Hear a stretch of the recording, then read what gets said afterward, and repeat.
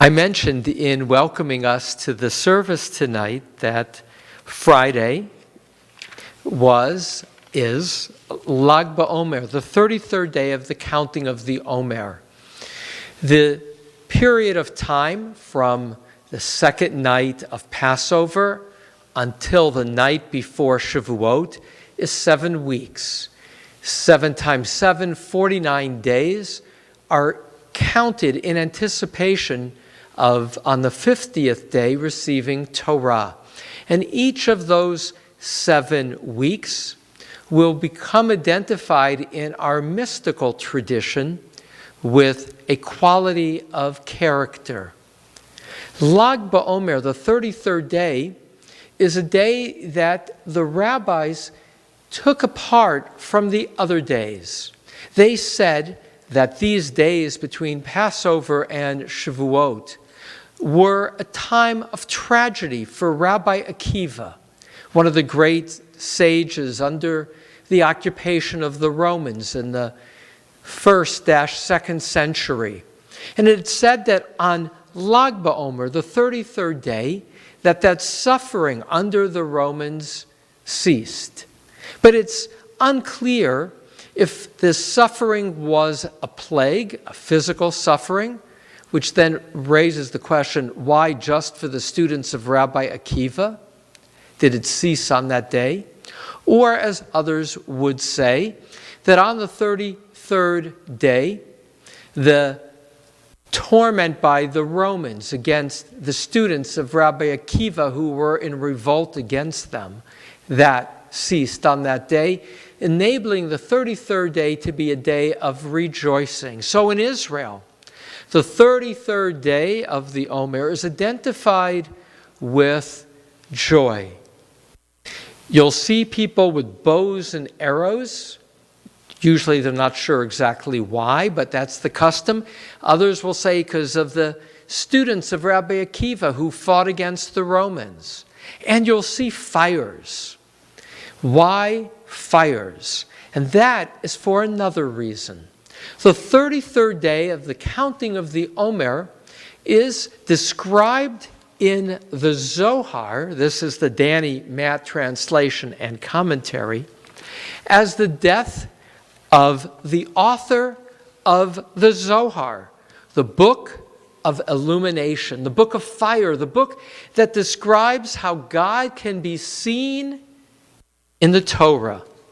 And this great sage, Rabbi Shimon Bar Yochai of the 2nd century, will die on Lag BaOmer. But the day of his death, here's what it says in the Zohar.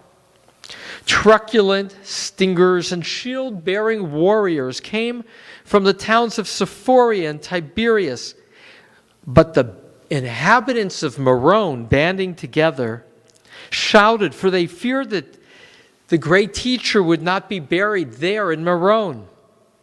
After his bier emerged, his casket, it rose in the air, floating before it.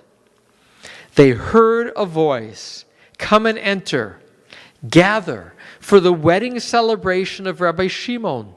He shall enter into peace. They shall rest upon their couches."